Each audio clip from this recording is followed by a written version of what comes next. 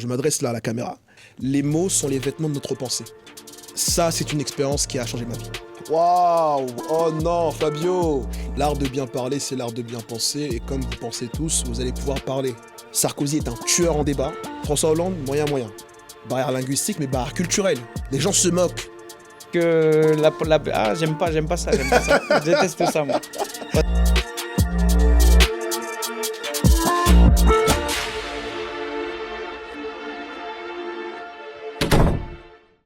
Tu es né au Congo, là où tout commence, sous un ciel ardent, vaste comme l'espérance. Waouh! Puis l'Afrique du Sud t'a vu grandir dans ses contrastes brûlants, ses blessures, ses sourires. Entre deux terres, tu as appris à marcher, à écouter le monde, à apprendre à parler. Les mots d'abord timides sont devenus éclairs, transformant le silence en un discours de lumière. Tu connais le poids des regards et des silences, la peur du micro, la force de la confiance. Orateur, narrateur, messager de l'âme, tu inspires à agir, tu transmets ta flamme. Aujourd'hui, dans The Brain, la parole est tienne, ton histoire, ta vérité, le chemin que tu mènes. Bienvenue Shadrach, ici ta voix résonne, et à travers elle, c'est l'âme du monde qui sonne. C'est magnifique. Merci Shadrach d'être sur The Brain aujourd'hui. On a déjà Merci. discuté un petit peu juste avant, on s'est déjà un petit peu égaré, donc on verra où va le podcast. On est vraiment très très content de te recevoir. Moi je t'ai découvert sur les réseaux sociaux, à travers tes différents contenus, etc. J'ai vite compris qu'il y avait autre chose que ce qui se passait sur les réseaux sociaux. C'est sûr. Et c'est ça qui m'a intéressé à vrai dire. Voilà, l'homme derrière un peu les réseaux sociaux, etc. Parce que le contenu est très très intéressant. Mais après Merci. je me dis, il doit y avoir un parcours, il doit y avoir quelque chose qui construit cet homme-là. Et j'ai envie de savoir plus. Et c'est pour ça qu'aujourd'hui tu es là et j'espère que ça va être cool et qu'on va pouvoir discuter un maximum. Je suis ravi de cet accueil avec ces mots. C'est des mots qui sont pas simplement beaux, ce sont des mots qui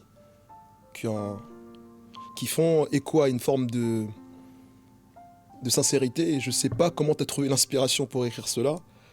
J'aimerais te rétorquer en te disant que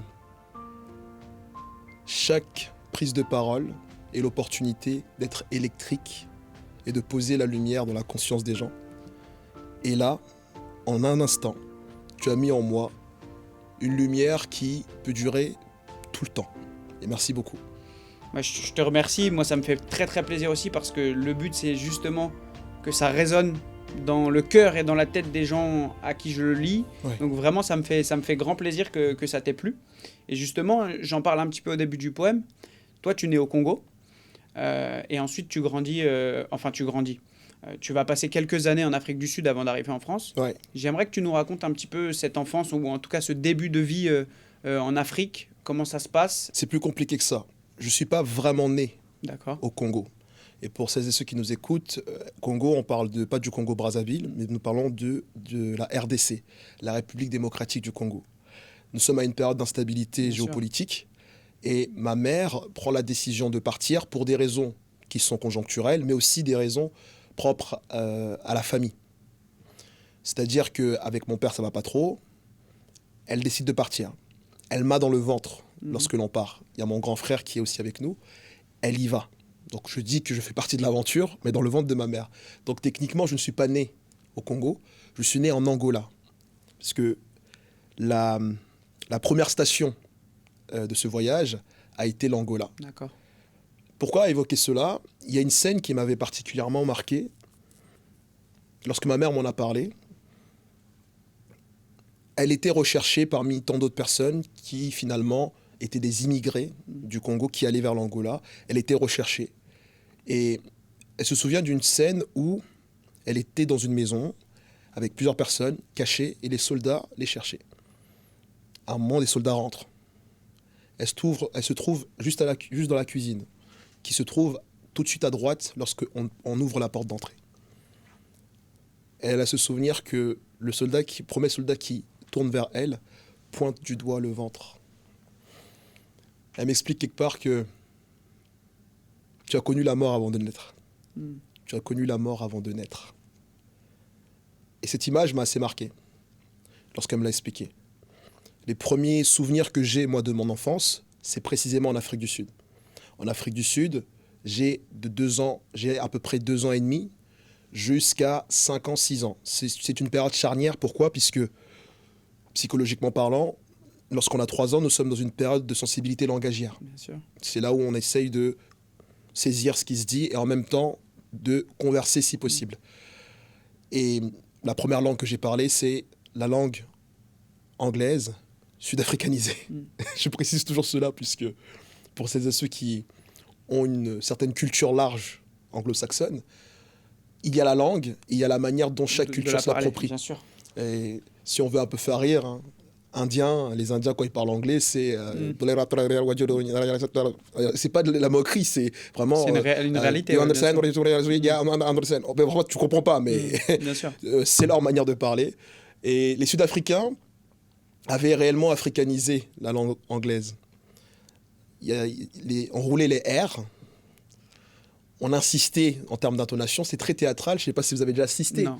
Même sur Netflix, il y a beaucoup de séries qui tournent là-bas en Afrique du Sud. Un Sud-Africain, lorsqu'il parle, il parle avec de l'exagération Oui, si on devait prendre un point de vue français. Ouais. C'est souvent Shadrach, don't do that, pay attention to you. Oui, c'est vrai en plus. Maintenant que tu le dis comme ça, vois. un peu limite agressif, un peu. Alors, il y a une forme d'agressivité, Ouais. mais s'il y a une insistance Ouais, maintenant que tu et le une dis. intensité, tu te dis, mais ça sort d'où? Ouais. Moi, j'ai grandi avec cette manière Exact. de parler. Et je pense que ça m'a aidé. Ça m'a aidé, non seulement là-bas en Afrique du Sud. J'ai une scène qui me vient en tête là, spontanément. J'avais l'un de mes meilleurs amis qui s'appelait Loïc. C'est un contexte différent. Nous sommes dans une période post-apartheid. Bien sûr. Disons que la terre sud-africaine souffre encore de ces maux. Mais il y a comme un début d'espoir sur la cohabitation, Ouais. Le mélange. le mélange. Mais pour celles et ceux qui connaissent l'actualité aujourd'hui, ça s'est empiré. Bon, en tout cas, à ce moment-là, Il y a de l'espoir. il y avait de l'espoir et il y avait un sentiment d'après-guerre où on a juste besoin de la simplicité. Tu sais, aujourd'hui, quand on observe la société, les gens sont beaucoup dans des recherches de problèmes pour trouver des problèmes. Ouais. Parce qu'on a déjà un confort que l'on ne remarque pas.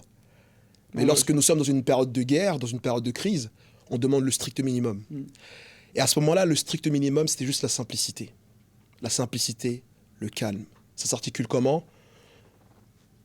Le fait de ne pas avoir économiquement des prix exorbitants, mais en même temps que ça puisse être accessible, mais en même temps que ça puisse aussi nourrir les commerçants. Le fait de se dire, ok, bon, on n'est pas encore prêt à se mélanger, même s'il y a des écoles qui sont pro-noires, des écoles qui sont pro-blanches, c'est pas ça la question. Déjà, on veut juste avoir l'éducation. Et avec mon frère, on allait à l'école à pied. Ça nous prenait quand même du temps. Mais j'ai le souvenir du chemin, parce que le chemin était une descente qui était spiralaire. D'accord. Ma mère nous disait, toutes les fois où vous croisez une voiture qui s'arrête, vous courez. Vous ne demandez pas, vous ne posez pas de questions, vous courez. L'Afrique du Sud était aussi réputée pour avoir un taux de délinquance et de vol et de kidnapping assez élevé à ce moment-là. Très élevé. Ouais. On est un peu dans la survie. Hein. Mais avec l'innocence de l'enfance, je peux te dire aujourd'hui que ça fait partie de mes meilleurs souvenirs. Je te parlais de Loïc, qui a été finalement un compagnon dans cette période infantile où j'ai ressenti non seulement de l'amour, de l'amitié, mais aussi de la fraternité. J'ai le souvenir que je conversais beaucoup avec lui. On échangeait beaucoup, sur tout et n'importe quoi, nos petits jeux, etc. Mais il y a eu une cassure. D'accord. Il y a eu une cassure. Nous revenons de l'école, on joue à cache-cache avec mon ami, avec d'autres personnes. Et à un moment, il court et je ne le vois plus. J'arrive près du quartier dans lequel on était. C'est un quartier avec des bâtiments, beaucoup de voisins. Et je le vois en train de se cacher en dessous d'un camion. Parce que je vois son pied, je reconnais ses chaussures. Je dis, mais Loïc, sort de là. Et il ne répond pas. Et ce que je fais, c'est que je touche, et je vois qu'il ne bouge pas. Mais j'entends au-dessus des personnes qui pleurent. Je ne fais pas le lien. Je ne comprends pas. Bien sûr. Bien évidemment, Loïc était mort. Et j'ai touché son corps cadavresque. Je pose la question à ma mère. Maman, Loïc, il est où? Elle me dit, Loïc est parti. Loïc est parti. Je comprends pas. Mais j'accepte. J'accepte. Cela mène sur une chose qui m'aidera plus tard par rapport à la prise de parole en public. C'est qu'avant d'être de la prise de parole en public, c'est une communication avec soi. Ça a une connotation thérapeutique pour exprimer certaines choses. Je vais switcher sur un moment simple. On avait un jeu bizarre, alors je ne me souviens plus du nom qu'on donnait à ce jeu. Moi, j'étais plus petit parmi les grands. En gros, il fallait trouver une ceinture. Quelqu'un cachait une ceinture. Celui qui trouvait la ceinture allait taper tout le monde et tout le monde devait courir tout le monde devait courir vers un lieu pour ne pas se faire taper au maximum. Bien évidemment, je me faisais taper tout le temps. Mais j'aimais jouer à ce jeu. Et pendant qu'on jouait à ça, à un moment, ma mère qui est dans une voiture me dit « Shadrach, viens !» Tac. Elle me prend avec ma sœur qui est aussi née en Afrique du Sud. Pape. Qui est née en Afrique du Sud plutôt. Elle me prend la voiture et elle dit tac, on est parti. Elle est en compagnie de quelqu'un en taxi. Tac, je demande mais pourquoi mon frère il vient pas? Elle dit non, t'en fais pas, on va revenir. N'oublie pas. La première phrase que ma mère m'a employée lorsque Loïc était parti, c'était il est parti. On va revenir. Je m'endors, je me réveille, on est à l'aéroport. Direction l'Espagne. Direction l'Espagne. Dans l'avion, je suis à côté d'un homme blanc. Alors ça va te faire sourire, Fabio, mais j'étais pas aussi proche d'un blanc avant. Oui, je comprends. Et il était très gentil. Il était super. Il était super. Une personne plutôt âgée. On jouait un peu, etc. Et à un moment, je regarde sa peau et je monte sa peau. Je fais comme ça. Je monte ma peau, je fais... Il est choqué. Il est choqué de cette scène. Il comprend pas. Comment un enfant de 5 ans et demi, 6 ans, Peut parce que avoir je suis ce une fin regard d'année, sur lui-même. peut avoir ce regard sur lui-même. On arrive en Espagne, c'est la survie jusqu'en France. En France, on commence à Noisy-le-Sec, chez de la famille, on vit là-bas. Ensuite, on switch Noisy-le-Grand, on switch ensuite sur la région du centre Val-de-Loire, où on fait plusieurs foyers, plusieurs hôtels, et puis quartier, déménagement, quartier, etc. Pourquoi j'ai voulu me baser sur ces quelques anecdotes pour introduire par rapport à la prise de parole en public? L'aspect thérapeutique était nécessaire, mais il y a aussi l'aspect éducatif. Ma mère ne me disait pas ça parce que elle voulait dire ça, c'est juste qu'elle ne savait pas quoi dire. Et la pauvre, bon, qu'est-ce que je veux dire au petit qui est là? Je ne vais pas lui dire qu'il est mort. Elle va simplifier en disant « il est parti ». Ça te laisse sur des interrogations, et du coup, tu vas le chercher toi-même par la suite. Il y a aussi un aspect qui est pédagogique. Comment faisons-nous, en tant qu'enfants, pour comprendre le monde dans lequel on est, si ce n'est que par la communication? Et comment, en tant que parents, on peut communiquer à nos enfants le monde dans lequel on est, si ce n'est par la communication? Bien sûr. Jusque-là, il n'y avait pas de conscience par rapport à la prise de parole en public, mais je ne t'explique pas le chapitre 3, que je vais intituler « Choc interculturel » quand j'arrive en France. Waouh! Et justement sur ça, parce que tu as sauté toute ma première page de questions avec tes anecdotes, mais c'est super. C'est les questions que j'avais prévu de te poser. Ah, c'est super! C'est top. Non, mais c'est parfait. Mais je pense que quand tu arrives en France, il y a déjà la barrière de la langue. Oui. Il y a le fait que, tu l'as expliqué, mais avec l'anecdote dans l'avion, peut-être que toi, ton ressenti par rapport à une personne noire, tu as l'impression que ça a une connotation négative par rapport aux personnes blanches. Et je pense que, tu vas nous le raconter, mais tu as dû vivre des épreuves très compliquées en France. Et j'aimerais que tu nous racontes quelque chose. Est-ce que les épreuves que tu as vécues, est-ce qu'il y a eu des moments où tu t'es senti tellement impuissant avec la parole que ça a fait que derrière, tu as voulu justement être très très bon en prise de parole pour pouvoir te défendre et combattre avec tes mots? À l'époque, je n'avais pas cette conscience. C'est qu'aujourd'hui que je peux t'en parler avec une finesse et puis avec recul. Des mots que je pourrais poser sur ces mots. Des mots MOTS que je pourrais poser sur ces mots MAUX. Situe-moi. Nous sommes à l'école, CP. Bien sûr. Tac, on doit savoir lire. On doit apprendre à lire plutôt. Je ne sais pas parler français. Et, barrière linguistique, mais barrière culturelle. Les gens se moquent. Les gens se moquent ici en France lorsqu'on fait une erreur. Ouais, et puis les enfants sont cruels entre eux en général. Je suis désolé, les enfants ne sont que la reproduction des parents. Des parents, bien sûr. Mais Je n'avais jamais vécu ça avant. Je ne sais pas comment te le dire autrement, que l'on se moque parce que tu as mal prononcé une phrase ou que tu t'es trompé sur une phrase. Je n'avais jamais vécu ça avant. On me dira, oui, mais tu étais jeune. Non, mais je dis 8 au lieu de dire 8. Pourquoi on rigole? Ah, il a dit 8. C'est culturel. Je l'ai vécu même récemment. On a une vidéo qui a pété sur les réseaux. J'en profite pour dédicacer toute l'équipe qui est derrière moi. Daddy, Kevin, Lookman, Henri, Nossimi, toutes les personnes qui travaillent sur la partie invisible de l'iceberg. On a une vidéo qui a pété, où c'est juste l'extrait d'un cours que j'ai comme ça. Et il faut savoir que quand on est dans un cadre pédagogique, on est avec des jeunes.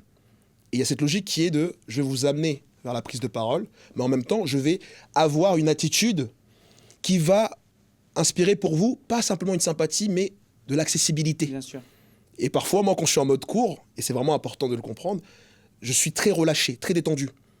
Je vais prendre des mots qui vont pas être compliqués pour être compliqués, mais je vais certainement amener des notions, parce que c'est obligatoire, mais je vais parler comme si je discutais avec les étudiants.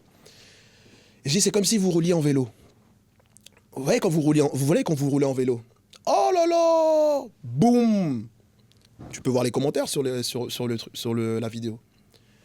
Rouler à vélo, rouler à vélo, rouler à vélo, rouler à vélo, rouler à vélo, rouler à vélo, rouler à vélo, rouler à vélo. Alors moi qui suis un peu entrepreneur et j'aime bien le côté algorithmique, tu vois, du truc, je dis ok, je réponds, je pose des questions. Ah, c'est comment, on dit comment? Ah oui, merci. C'est bien pour ta vidéo. Merci. Et la vidéo a pété, la vidéo a 600 000 vues actuellement en 5 jours. Ça nous a ramené 20 000 abonnés d'un coup. Ouais, magnifique. C'est super. Bah oui. Sauf que, remontant à l'âge de 6 ans, quand je vois ça, je comprends pas.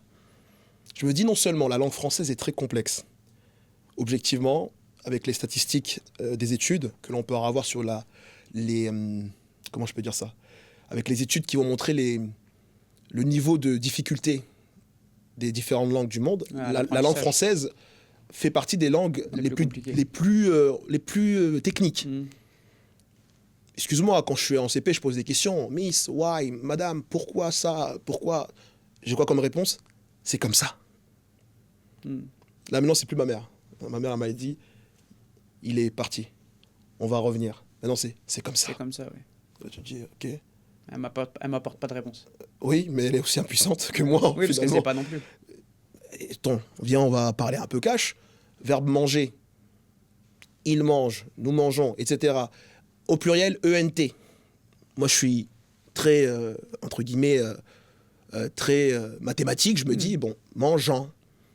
Les gens rigolent. Bien sûr. C'est moi qui suis con, c'est eux qui sont cons.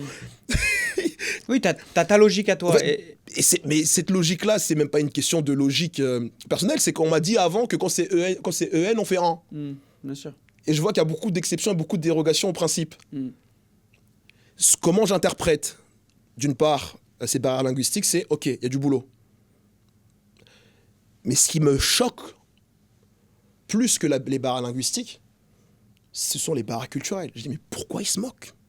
Pourquoi ils rigolent? Ouais, et d'ailleurs, je trouve qu'on est, pour avoir côtoyé des personnes de différents pays, Oui. je trouve qu'on est un pays où il y a énormément de complexés, notamment au niveau de l'apprentissage des langues, Oui. sur l'anglais, sur l'espagnol, etc. Il y a beaucoup de gens qui sont complexés parce qu'ils ont peur qu'on se moque d'eux, surtout à l'école. clair. J'ai constaté ça dans la vie de tous les jours. Donc je te rejoins assez bien sur ce sujet-là. Donc, on tire une petite carte, Shadrach, notre petite carte bonus. Alors tu peux les mélanger, tu peux les tirer dans l'ordre, c'est comme tu veux, pour pas qu'on croie que j'ai truqué le jeu. Je pense pour moi, il a truqué le truc. Oh, il a truqué, non, il a fait. Attends, je vais faire. C'est bon, j'ai tout ressort. Je laisse la lire. Tu as 45 secondes pour essayer de me faire voter pour Éric Zemmour. Waouh! Ah bah tu vois, t'as tiré la bonne en premier, hein, t'as mélangé, mais tu vois, c'était pas truqué au final. Fabio, ne vois-tu pas? En ce moment, il y a des crimes partout. Il y a des terroristes partout. Au bout d'un moment, il est évident que le principal problème aujourd'hui, c'est la sécurité des Français. Si tu te dis que on aimerait avoir un peu plus de stabilité, ça doit commencer par ça. Mais les Français sont menacés par un type de population, les immigrés. Les statistiques le démontrent. Plus il y a d'immigrés, plus il y a de la délinquance. As-tu vu, en Grande-Bretagne, en Angleterre, la manifestation qu'il y a eu, plus d'1 million de personnes étaient mobilisées parce que ce sont ces mêmes immigrés qui foutent n'importe quoi. Et pour que la France n'ait pas le sort de ce grand pays qui est la Grande-Bretagne, on doit se saisir maintenant. Juste pour la grandeur de ta personne, parce que tu aimes ta nation, tu vas voter Éric Zemmour. Magnifique. Aurel, tu veux voter Éric Zemmour du coup ou pas? Aurélien, non. Aurélien, il est... Aurélien, il est comme ça. Non, jamais. Aurélien, il est algérien. Peut-être que... Tu votes Éric Zemmour ou pas maintenant? Non, franchement, t'as été très très bon. Tu peux convaincre beaucoup de gens là comme ça. Ouais, mais je convaincrai jamais pour non, ça. Non, mais c'est pas l'idée, mais c'était pour voir à quel point, sans penser quelque chose, on est capable de quand même convaincre les gens. Non, bien joué. Franchement, t'as été très très très très bon. C'est un challenge que j'aime bien. Ouais. Si on reprend un petit peu donc le parcours et ce qu'on a dit, c'est vrai qu'on l'a pas forcément présenté au tout début, mais toi aujourd'hui tu es professeur donc en université, tu diriges aussi des programmes sur les universités, on aura l'occasion d'en rediscuter tout à l'heure, le programme Eloquentia sur des concours d'éloquence. Oui. Et puis tu as des activités aussi parallèles qui sont en lien avec la parole et le fait d'avoir de l'aura, etc. Oui. J'aimerais te poser une question un petit peu plus précise. Est-ce qu'il y a un moment, toi, dans ta vie, si on avance un petit peu de manière accélérée, où tu as compris que les mots avaient un réel impact et que tu pouvais t'en servir pour gagner des choses, pour pouvoir, te développer? C'est vrai que pour toi, tu vas me dire, Charac, tu t'attardes sur ton enfance là, mais c'est un moment clé. Ah, c'est important. C'est précisément à ce moment-là, avec le seum, parce que finalement, le seum a été mon seul facteur de motivation, en tout cas dans ma vie à moi. Peut-être que c'est le cas pour d'autres personnes. Avec le seum, j'ai appris la langue française en 6 mois. Quand on est jeune, c'est rien. Mais surtout, j'ai vu que ça m'a permis d'acquérir une existence sociale. Tu as existé au milieu de la société, ouais. Je comprends ce que tu veux dire. D'un coup, mes amis, ils écoutent ce que je dis. Parce que lorsque tu ne sais pas parler, on pense que tu ne penses pas. Petit lover que j'étais, lorsque j'avais 8 ans, j'écrivais des petites poésies d'amour, j'envoyais en anonyme, dans les boîtes aux lettres des filles pour lesquelles j'étais amoureux plutôt. C'était une manière d'exprimer mes sentiments. Ah, ok. Lorsque je suis dans une période un peu plus adolescente, disons à partir de 11-12 ans quand même, ma réalité sociale, je la conscientise quand je vois de plus en plus d'injustices que je vis personnellement, quand je vois mes cousins se faire frapper, quand je vois moi-même subir des bavures policières, j'utilise les mots à ce moment-là pour exprimer ma frustration. Et tu sais, ce qui est marrant, c'est que selon mon état et mon humeur, qu'est-ce qui se passe? C'est que je traite la langue française d'une certaine manière. À ce moment-là, tu utilises de manière un peu verlan. Tu te dis, ok, je vais ramener ça différemment pour montrer que je suis contre les normes. Bien sûr. Tu joues avec les mots, tu ramènes des barbarismes à tout va. Je me mets à écrire très vite. J'ai mon premier livre que j'ai rédigé sans publier encore. Ça s'appelait Lubinia, où j'aborde un sujet très gore en vrai. Parce que quand je relis ça, je me dis, mais c'est pas possible. Ça parle de viol, d'inceste, etc. D'accord. À l'âge de 12 ans, je n'en ai jamais subi, mais autour de moi, j'avais tellement de récits par mes amis, par les gens du quartier, etc., qui me nourrissaient à travers cela. Ouais, t'avais ça dans ta conscience, en tout cas. Ouais. Et plus tard, les mots, avec des frontières qui se sont présentées, ont été un moyen de se surpasser. D'accord. Notamment, nous sommes normalement en première année au lycée Paul Gauguin, dans le quartier reculé d'Orléans-la-Source, qui est l'un des quartiers les plus sensibles en France. Peu, ouais. Nous devons trouver un stage, lycée pro. Disons que le début de la période de stage est le lundi qui va suivre. Aujourd'hui, nous sommes mercredi, disons ça comme ça. La prof nous demande qui a trouvé un stage. Tout le monde lève la main. sauf deux, trois petites personnes là comme ça, et j'en faisais partie. Les gars, qu'est-ce que vous faites? Pourquoi vous n'avez pas trouvé de stage? Et moi, j'y vais, mais regardez, madame, vous voyez pas, regardez, nous sommes les seuls noirs de la classe qui n'avaient pas trouvé le stage. Elle, c'est parce que son père, il fait ça. Lui, c'est parce que son père, il fait ci. Nous, on n'a rien parce qu'on n'a pas de contact, etc. La prof me dit, Shadrach, je suis prête à entendre tout ce que tu vas me dire. Mais là, lundi, il faut que tu commences ton stage. Sinon, c'est fini. Le système du lycée pro, c'est quand tu fais pas tes stages, tu peux les rattraper ou tu peux pas valider ton année. Tu valides pas dans l'année. Ouais. Ma mère, ma prof me parle simplement. Elle dit, là, il faut que tu trouves un stage. Nous sommes mercredi et l'après-midi, nous n'avions pas cours. J'ai mon camarade qui s'appelle Oumar. Je lui dis, Oumar, tu vas où? Tu fais quoi cet après-midi? Il me dit, bah, pourquoi? On va trouver un stage. On n'a pas le choix. Et il me dit, bah, comment ça on va trouver un stage? Ben là, il faut qu'on s'habille, etc. Il faut qu'on y aille, on n'a pas le choix. Orléans-la-Source, c'est à 40 minutes en transport en commun de la ville d'Orléans même. C'est excentré, ouais. C'est pas à côté. On y va là-bas, on prend le bus 7. Dès qu'on arrive au niveau de la gare, je dis à Omar, c'est simple. Là, on passe dans chaque entreprise jusqu'à ce qu'on puisse trouver un stage. Attention, je t'explique pas, il pleut. Okay. Moi, je suis habillé avec ma chemise froissée que je colle très mal comme ça avec le bouton des. C'est comme ça. Je suis trempé, j'ai les cheveux élevés comme ça avec mon pote. On a une mallette, oui, c'est pour faire genre la lettre de motivation et CV à la main. On a connu ça avec Aurélien. Lettre de motivation et CV à la main, tu vois. Donc c'est mouillé et on rentre dans les entreprises comme ça. Et je dis chacun notre tour jusqu'au bout. Pour celles et ceux qui connaissent Orléans, on commence par Optique des Milles. Bam, moi j'y vais. Fou. Au départ, on s'y prend peut-être mal. On vient, oui madame, etc. Moi je suis tac, je cherche un stage. On est direct. Non. Et au fur et à mesure, moi, je dis à Omar, essaie de demander à la personne qu'elle te mette en contact avec une personne qui prendrait peut-être... Parce qu'en fait, j'ai l'impression que la dame en face, ça sert à rien. Ouais. C'est pas elle qui va décider. C'est pas elle qui va décider. On essaie de comprendre. Et en fait, on y va de nom en nom, de nom en nom, en nom en nom. Et à un moment, on arrive devant le centre départemental du Loiret. C'est à moi d'y aller, j'y vais. Je dis, madame, écoutez, voilà, je cherche un stage, etc. Je sais que vous n'êtes pas peut-être pas au courant de cela. Avez-vous des personnes avec lesquelles je pourrais échanger sur le sujet, surtout dans cette grande structure? Un contact. Elle a dit, je vais voir ce que je peux faire. Je dis, madame, excusez-moi d'insister, on nous dit ça depuis tout à l'heure. Ah oui, vous êtes comme ça, vous? Je souris. Elle appelle quelqu'un. Elle me dit, ok, prenez ce numéro, vous rappelez la personne. Je vais le faire tout de suite. Je le fais tout de suite. Elle ne répond pas. Ben, elle va vous répondre plus tard. D'accord, merci beaucoup. On sent déjà que dans l'attitude, il y a un peu plus de confiance. Il y a un changement, ouais. Mais il y a aussi l'acceptation des objections, disons ça comme ça. Bien sûr. Après le centre départemental, il y a un parc sur Orléans qu'on appelle le parc Pasteur.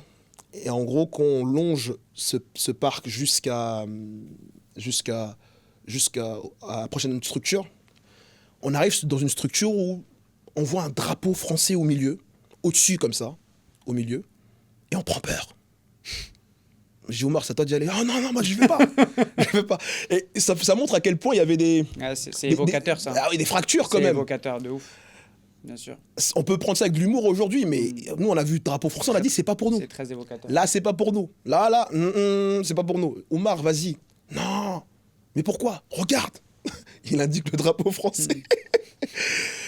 C'est pour dire que la symbolique que l'on avait vue à travers le drapeau français, c'est pas chez nous, là. Là, c'est pas chez nous. Ouais, vous vous reconnaissiez pas là-dedans. Ça fait partie de la vie. Et je dis à Omar, ok, c'est bon, j'y vais. J'y vais avec ce que je vais appeler la force du désespoir. J'aime beaucoup l'évocation de Steve Abdelkarim. Je sais pas si tu as connu cet entrepreneur. Il parlait de ça en évoquant Sun Tzu.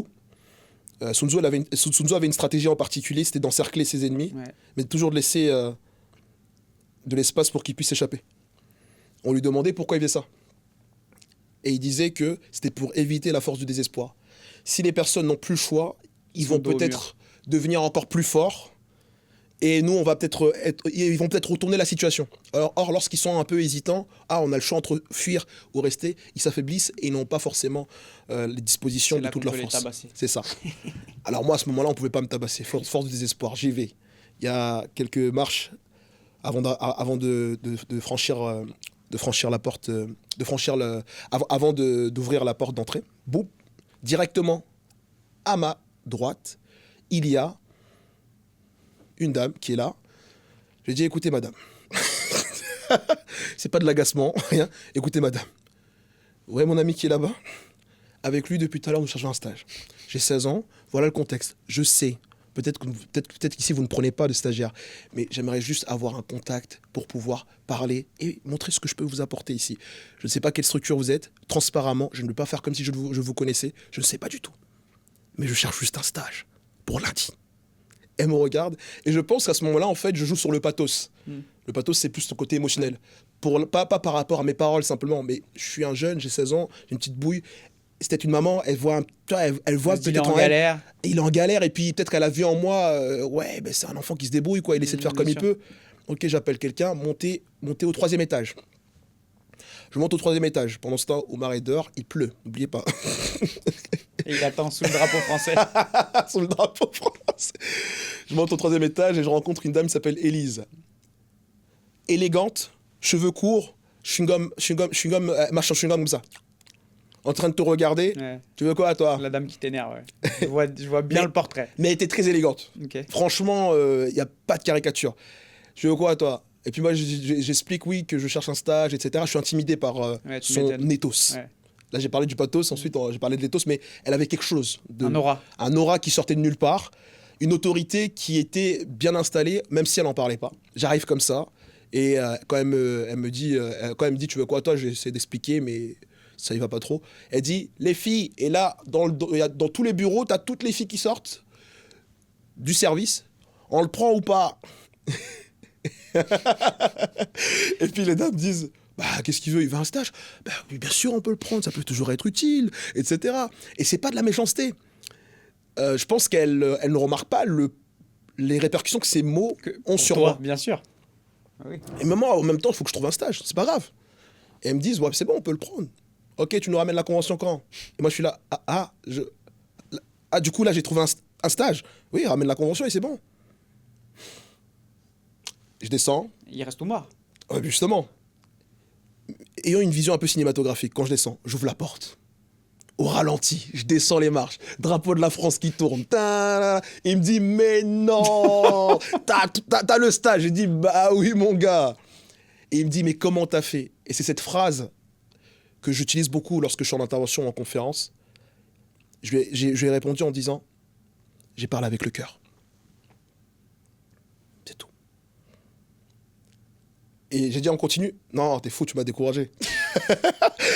Du coup, tout le monde se posait la question, est-ce qu'Omar, il a trouvé un stage? Ouais, oui, il a trouvé un stage, il a fait un stage chez son père. Bon, son père qui travaille à l'usine, donc c'est un peu compliqué. Ouais. Mais bon. Le jour où j'ai ramené la convention à la prof, elle a regardé comme ça, et puis elle m'a regardé avec étonnement. À ton avis, c'était quelle structure? Parce que moi, dans ma tête... Bah, drapeau français, c'est-à-dire, c'est quoi? C'est une structure publique, un ministère? Oui, forcément. Comme ça? Alors, c'était la direction des services départementaux de l'éducation nationale. Ah. On discutait avec les directeurs pour affecter les personnes, pour voir ce qu'on pouvait faire par rapport à des problématiques. Et j'étais vraiment impliqué. Elles m'ont fait confiance parce que c'était principalement des femmes dans le service. C'était l'une de mes meilleures expériences de ma vie. J'ai tiré quoi comme leçon de ça? C'est, OK, dans les interactions, il y a des implicites que les gens n'expliquent pas. Ce n'est pas une question d'apparence, ce n'est pas une question de qualité de chacun, c'est une question de situation. Comprendre les enjeux de la situation. Avec du recul, qu'est-ce que j'ai compris aussi, c'est nous avons beaucoup de barrières ici qui modifient notre manière d'observer le monde. Bien sûr. Alors les barrières peuvent être parfois pensées comme une manière de sécuriser, mais on a une facilité à catégoriser les gens parce qu'on a peur de réellement découvrir les gens. C'est ce qu'on appelle en manipulation l'étiquetage. Ah ben lui il est comme ça, du coup il est comme ça. J'ai besoin de faciliter la lecture que j'ai autour de moi. De ce fait, je vais simplifier. Oui, je ne veux pas complexifier quelque chose. Or, la réalité est une complexité qui ne s'arrête jamais. Bien sûr. Et j'ai compris par ailleurs que les mots contribuent à influencer les situations.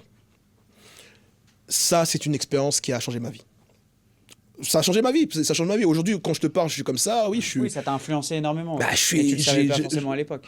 Je suis allé jusqu'au doctorat à l'université Paris-Descartes. J'ai fait des choses quand je me dis, oui, ça fait 9 ans que j'entreprends dans mon domaine, Mhm. en même temps, et j'ai jamais eu de blocage. Même si tu me critiques, ça va, je suis là. Ouais. Il n'y a pas de souci. Parce que dans ma tête, je me dis pas que je suis le meilleur. Je me dis, je suis personne et je veux devenir quelqu'un. Mm. Mais tout le temps, je me le dis. Même si tu vas me dire que je suis quelqu'un aujourd'hui, je me sens toujours comme le petit Naruto qui va à l'aventure. Qui continue à vouloir On progresser. y va. Je On sais. va manger des noms, on va y aller et puis on va toujours viser plus haut. Et ça a vraiment débloqué quelque chose en moi. Bon, je peux soulever dessus parce que j'ai la flemme de tirer au sort. Peux-tu nous donner ta citation favorite?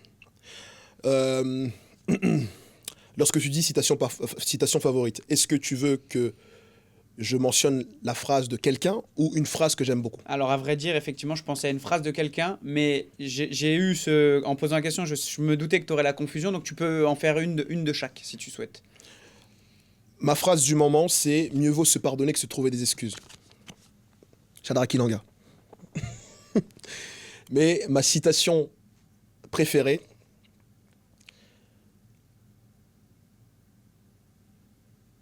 ouais, j'en ai beaucoup. J'en ai vraiment Je beaucoup. me doutais que tu dirais ça. J'en ai beaucoup, mais je vais prendre ça parce que ça va nous aider par rapport à la suite de l'histoire. Sénèque le rhéteur disait « C'est en enseignant que l'homme, avec un grand H, apprend ». Bien sûr. C'est en enseignant que l'homme apprend. Et cette citation veut dire tellement de choses à la fois. C'est en passant à l'action que tu apprends. Et moi, je l'ai pris, tu vois, comme toi, je me retrouve face à des étudiants dans mon boulot de tous les jours. Ouais, Et c'est une phrase que je dis tout le temps lors de la rentrée. En plus, là, on tourne en septembre, donc c'était récent. super. Et c'est des phrases que je dis tout le temps, c'est que tout ce qui va se passer en cours va m'enrichir autant que ce que ça va enrichir les élèves. Et ça, tout le temps. Et ça, c'est Ouais. une réalité. C'est-à-dire que des fois, tu vas faire plusieurs fois le même contenu sur des années différentes ou avec des classes différentes ou avec des gens différents. Et puis, tu sais pas pourquoi, il y a quelqu'un qui va avoir une réaction différente. Et là, ça va quand même complètement changer ta perception et peut-être ta manière d'amener les choses la prochaine Ouais. fois. Et donc, tu continues à apprendre. Moi, c'est comme ça que je la vois, cette phrase-là. Il y a bien sûr plein de sens, j'imagine, mais tu vois, ça m'évoque ça, moi. Et je comprends totalement. Ouais. Moi, ça m'a aidé pour me lancer dans ce que je fais. C'est me dire, OK, lorsque tu lis un livre en te disant que tu vas le communiquer à quelqu'un, tu lis de manière plus précise. De ouf. C'est vrai, ça. Tu as une énergie cognitive qui est vraiment focalisée. Lorsque tu te dis, je vais apprendre tel truc parce que j'ai telle copine que je kiffe de ouf, mais j'aimerais aussi l'aider par rapport au cours, bah, je te promets que tu apprends vite. Bien sûr. Et, oui, mais à partir du moment où tu lis quelque chose, tu apprends quelque chose, que tu arrives à cibler sur quelque chose qui t'est arrivé ou Ouais. qui va t'arriver ou qui t'évoque quelque chose, tu le conscientises beaucoup mieux. Ouais, C'est ça. effectivement. Dans l'apprentissage, effectivement, c'est une des méthodes. Ouais. Tu as évoqué quelque chose sur ton anecdote d'avant qui m'intéresse, qui n'était pas du tout dans mes questions, tu vois, mais tu dis, toi et ton pote, vous êtes 3 noirs dans la classe, et tu dis, à ce moment-là, on est les seuls à pas avoir trouvé de stage. Ouais. Et tu vois, moi je travaille quand même avec beaucoup de jeunes, etc. Plus ou moins de milieux sociaux, on va dire classe sociale moyenne ou basse. D'accord. Et nous-mêmes, on est entre guillemets banlieusards au sens positif du terme, j'entends. Ouais. Et tu vois, il y a ce côté un petit peu apitoiement. Moi, j'ai souvent ce côté apitoiement. Et même nous, on a pu l'avoir à un moment donné de... Ouais, mais nous, on vient d'un quartier, on est loin de Paris, on est loin des gens, on est loin des gens de la télé, je suis noir, je suis un rebeu, je suis machin. Et j'ai ce côté apitoiement. Ouais. Toi, qu'est-ce que tu dirais à un élève qui te dirait, par exemple, ouais, mais t'as vu, Shadrach, moi, je suis un noir de banlieue, personne veut de moi. Qu'est-ce que tu lui dirais? Est-ce que tu irais dans son sens? Est-ce que tu le contredirais? Comment tu gérerais cette situation-là? Si mon intention, c'est de tirer la personne vers le haut, dans un premier temps, je l'écoute. Ouais. Ensuite, je exprime une compréhension, d'abord synthétique, en disant « je comprends que tu ressentes ça ». Ensuite, j'exprime une compréhension un peu plus développée, en évoquant peut-être une anecdote qui lui est arrivée. En gros, ça donne quoi? Je t'écoute, je comprends, c'est vrai que c'est pas simple, je comprends, j'entends, c'est vrai. En plus, si derrière tu as vécu ça et tu as ressenti ça, c'est difficile. Ça, c'est toute la phase de compréhension. Et après, je lui dis, maintenant on en fait quoi? Qu'est-ce qu'on en fait? Tu t'arrêtes là ou on s'arrête là, on essaie d'y aller. Qu'est-ce qui nous fait peur? Observe bien dans la manière dont je le dis, c'est que je m'adresse plus directement à lui pour pas que ça le braque. Qu'est-ce qui nous fait peur? Pas parce qu'il est semblable à moi, mais juste pour faire en sorte qu'il ne puisse ne pas se sentir seul exactement, ouais. dans cette... en fait, nous développons des traumas par rapport à ce que nous voyons et par rapport à ce que nous entendons. Et c'est tellement silencieux qu'on finit par les rationaliser. Et on vit avec comme ça, avec des propos, on n'est pas chez nous, etc. Je comprends ce que tu dis. Je comprends ce que tu ressens. Et ce que tu ressens, ça provient peut-être de là. Dès qu'il y a ça, par principe de réciprocité, maintenant on va essayer de passer à l'action. Qu'est-ce qu'on en fait, nous? Maintenant, on essaye de trouver une solution. Pour pas que la personne se sente seule, nous. Moi, je suis avec toi. Qu'est-ce qui se passe par la suite? Et si on essayait? Et si? On ne dit pas tu vas faire ça. Et si on essayait? On suppose. Et si on essaie de faire ça? On essaye de voir d'énumérer plusieurs options, voir comment ça peut amener de l'espoir à la personne, et ensuite dire à la personne, tu as le pouvoir de le faire. On part d'une compréhension de ce que la personne pense, à une empathie de ce que la personne ressent, et ensuite à un call to action, c'est-à-dire à amener la personne à réagir. Mais, toujours avec cette logique qui est « je vous comprends ».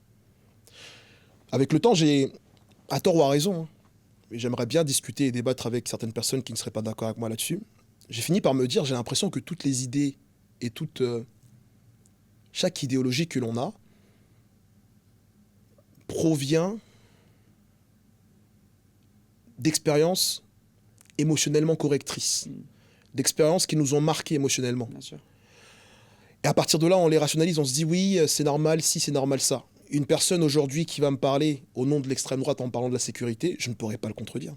Je dirais, oui, je comprends. Oui, parce qu'il fait référence à ses expériences. Il va peut-être faire référence à ses expériences ensuite également, ou il ne va pas les dire. Je comprends. Je comprends que tu aies peur qu'il y ait ça. Lorsque tu as vu ce qui s'est passé à la télé, je comprends que à un moment, tu as eu comme peur l'autre que tu ne connais pas.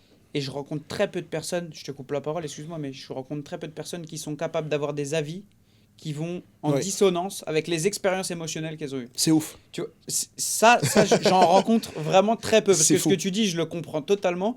Et je rencontre, tu vois, par exemple, tu vas rencontrer des gens qui vont devenir racistes parce qu'une fois, ils ont eu une expérience avec un étranger qui s'est mal passé. Et donc, rien que pour cette expérience-là, ils vont devenir racistes. Et ils sont incapables de prendre d'autres expériences. C'est celle-ci qui les a marqués. Donc, c'est celle-ci qui va les amener à devenir racistes. Par exemple, je prends cet exemple-là qui me vient parce que je discute avec beaucoup de gens donc, et j'entends tous les avis. J'ai pas de souci avec ça.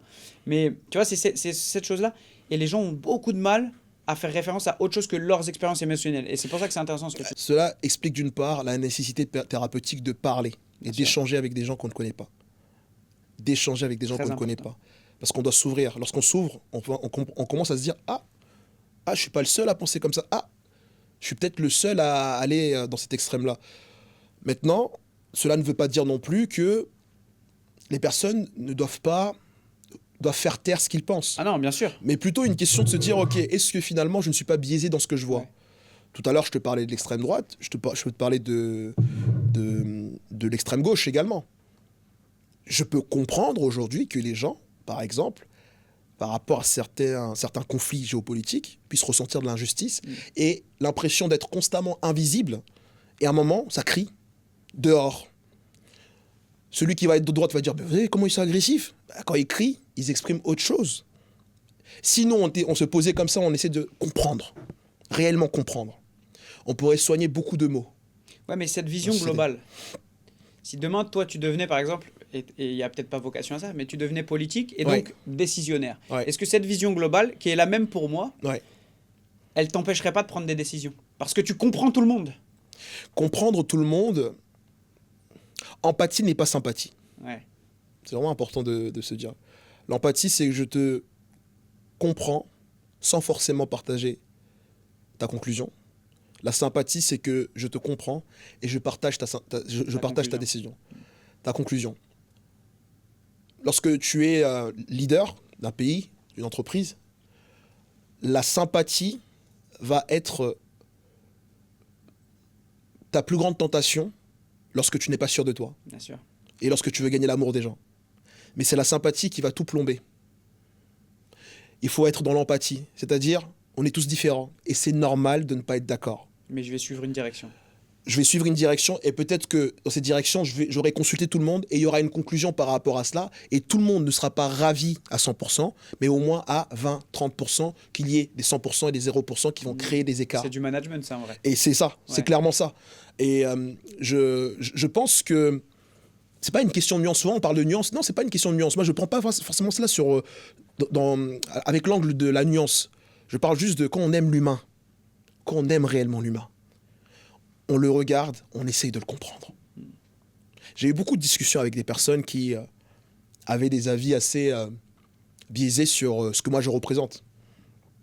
T'imagines avant, quartier, tac, jogo, tac, tac, t'as changé. Tac, on chante, le rap, etc. On kiffe. Et aujourd'hui, moi, c'est aussi ma culture. Ça reste ma culture. Aujourd'hui, quand je suis habillé comme ça, tac, qu'est-ce qui se passe? Il y a toujours des jugements. Je comprends. Et c'est malheureux pour eux parce qu'ils n'ont pas accès à qui je suis. Mais c'est pas pour autant que moi, je me mettrais à ne pas chercher à comprendre chaque personne. Parce qu'à travers chaque mot qui va être employé, ça va renvoyer à quelque chose. Les mots sont les vêtements de notre pensée. Et puis nous, on a la chance, par rapport à ce que tu dis, d'être issus d'une telle multiculturalité en France que, en fait, tu vois, tu peux avoir une représentativité. Je prends un exemple, Kerry James, que tu dois connaître et que tu dois apprécier, je pense. Beaucoup. Et qui représente quand même à un moment donné le quartier à une certaine époque, etc. Et qui a grandi, qui fait du théâtre, qui utilise les mots justement comme combat depuis très longtemps. Et il a une représentativité à la base qui vient de quartier populaire, etc. Donc, tu vois, et il y a eu cette évolution-là, et sûrement qu'il y a eu des gens qui ont dû lui dire à un moment donné, t'as changé, maintenant tu parles bien, tu veux faire... Mais non, en fait, c'est pas ça. C'est son cheminement personnel. Et ça veut pas dire qu'il a renié tout le reste. Ça veut dire qu'il a progressé dans son cheminement personnel. Mais effectivement, si toi, t'avances et que certaines personnes restent au même endroit, elles peuvent avoir du mal à comprendre ta démarche à toi. Et c'est en ça que je comprends ce que tu viens d'expliquer là. Oui, et d'autant plus qu'il faut arrêter de se définir par le collectif. Il faut se définir par l'individu que nous sommes. Bien sûr. Et ensuite, agir au nom du collectif. Et c'est pas pareil. C'est pas pareil. Souvent, quand les personnes vont dire « Oui, t'as changé, oui, par rapport à toi, mais moi, je vais bien. » Pour moi, ça va très bien. Ça va très bien. Et puis, c'est logique que... qu'est-ce qui se passe alors? Mais lorsqu'on agit au nom du collectif, c'est pas pour autant qu'on doit oublier qui l'on est réellement. Et je remarque aussi que, tu vois, des personnes qui vont pouvoir te critiquer à un moment donné, si toi, tu gardes ta ligne conductrice, ta direction, ta conviction, très souvent, elles peuvent au final te dire « Ah putain, c'est bien ce que tu fais et j'aime bien. » Tu vois, j'ai remarqué ce truc-là, tu vois, récemment en plus. Attends, je sais pas si t'as lu dans mes pensées. Pourquoi tu parles de ça? Parce que ça me fait... Mes amis du quartier, on avait commencé une activité qui s'appelait le dernier round. C'est pas qu'on avait commencé, on dit les gars, faut qu'on fasse le bien. C'était comme ça qu'on réfléchissait. Les gars, faut qu'on fasse le bien, c'est compliqué là. Il y en a qui parlaient de maraude, de distribuer à manger. Moi, j'étais un peu dans une pensée autre. J'ai dit les gars, j'en ai marre de distribuer du pain. Shadrach, t'es sérieux, comment ça, etc. Distribuer du pain, c'est bien, etc. Tiens, on fait la morale et tout. J'ai dit non, mon problème, c'est pas ça. Mon problème, c'est que quand on distribue le pain, là, les gens, ils pensent qu'on va revenir le lendemain. On les rend dépendants. Comment on peut nourrir les personnes différemment? Et j'ai dit aux gars, les gars, on va débattre. On va organiser des débats. Ils m'ont regardé comme ça. Bizarre, lui. Comme ça, il parle de débat. Genre, chelou. Genre, tu veux qu'on fasse quoi avec les débats? Et cette réaction m'a mené à sophistiquer le truc. J'ai dit, ok, il faut que je crée une émission. Faut que j'arrive à les convaincre. Il faut que je crée un truc. Et ce truc-là, à la fin, est devenu le dernier round. Le dernier round, pour faire simple, et peut-être que plus tard, ça va devenir une émission, c'était un débat sous forme de combat de boxe. Personne ne se battait, mais il y avait tout un show, un animateur, etc. Donc, ça devenait divertissant, mais sur des sujets sérieux. Première édition, liberté, égalité, fraternité, est-ce une réalité dans notre société? 120 personnes débarquent. Putain. Et t'as tout le monde qui est là. Et en gros, alors pour faire simple,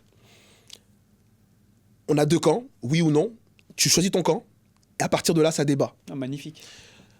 Ce qui est extraordinaire, c'est qu'on passait notre temps là-dedans et c'était intergénérationnel. Il y avait des jeunes, il y avait des papas qui étaient là, il y avait des mamans qui étaient là, il y avait des mamies, des papis qui étaient là et qui ont dit « Mais les jeunes, c'est bien ça !» Mes amis me regardaient et disaient « Oh, en fait, c'est sérieux le truc !» Et le dernier round m'a aidé pour ma thèse, pour mon mémoire déjà et pour ma thèse. Tu m'étonnes. Le sujet que j'ai eu, c'est... sur mon mémoire, c'était... Je voulais prouver que le débat contribue à la créativité. Et j'ai finalement refait cette activité dans les écoles. Je suis parti un peu partout. Ah, de fou. Il y avait plus de 800 personnes qui ont pu expérimenter ça. Et je me suis dit, mais comme quoi la vie n'est pas conçue de manière hasardeuse. Ou, à défaut, si le hasard existait, il ferait preuve d'une pertinence Incroyable. inexplicable. Ouais, inexplicable. Tu m'étonnes. Question introspective, Shadrach. Tu peux répondre. Écoutez, monsieur, je me sens pas très bien, vous savez, la vie. Un peu claustrophobe. Je suis chez le psy, là. Le premier souvenir qui te vient quand tu penses à tes parents. Le rire de ma mère. L'image qui te vient en premier quand tu penses cette fois-ci à ton enfance. Un stylo et une feuille. Quelle odeur à elle seule te transporte dans un bonheur absolu ou dans une profonde tristesse? L'odeur de l'air. Le paysage qui t'évoque un grand bonheur instantanément. L'horizon.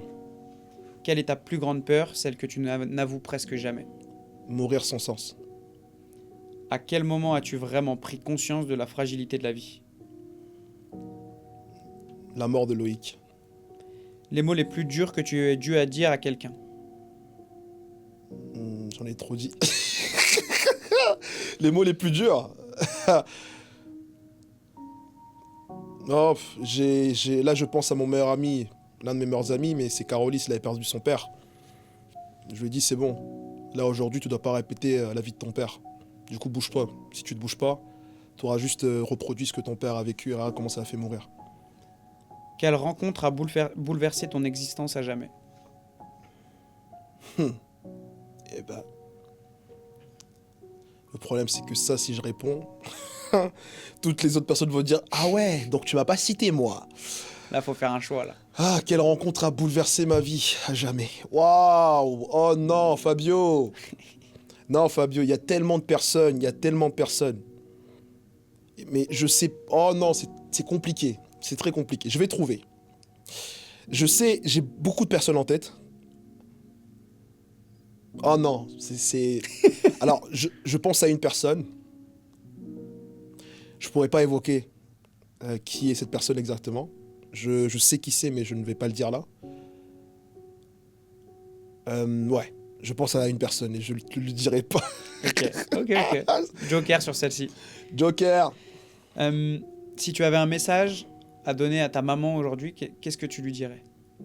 Maman, même si nous avons eu un parcours délicat, sache que l'aventure que nous avons vécue a fait de moi un battant, un guerrier et un homme. Et je suis spécialement devenu un homme lorsque j'ai compris la phrase suivante: un garçon devient un homme lorsqu'il réalise que sa mère est une femme. Reste toi-même, endosse ton rôle quand tu peux, mais ne t'oublie pas pour toi. Et enfin, est-ce que tu as peur de la mort? Non, si la mort vient à un moment où j'aboutis ce que j'avais à faire. Merci Shadrach, c'est parfait. Tu peux retirer le bandeau. Merci. Merci à toi. C'était super, j'étais ému, carrément. Ah là là. En tant qu'orateur, je sais qu'il y a plusieurs objectifs à avoir une puissance avec les mots. J'en ai noté 3: convaincre, inspirer et ou transmettre. Est-ce qu'il y en a un des 3 que tu préfères faire avec tes mots?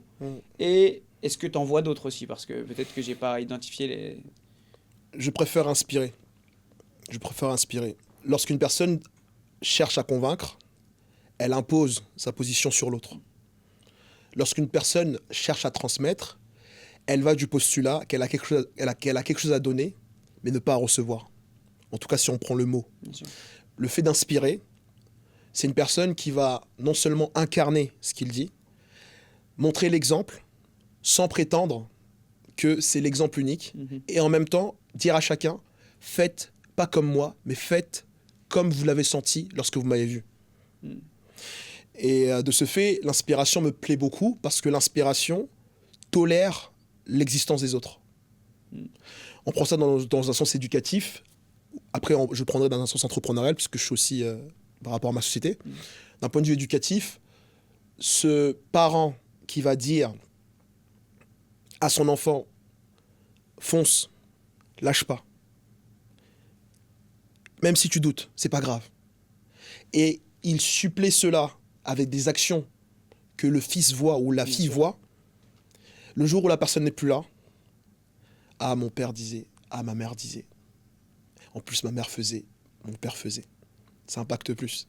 D'un point de vue entrepreneurial, parfois on fait face à des situations où on sent que ça ne tourne pas comme on veut. Je vais te donner une anecdote très précise. On travaille sur un projet collectif avec plusieurs acteurs. Et on était au départ 9. Et entre-temps, il y a 2 personnes qui sont parties.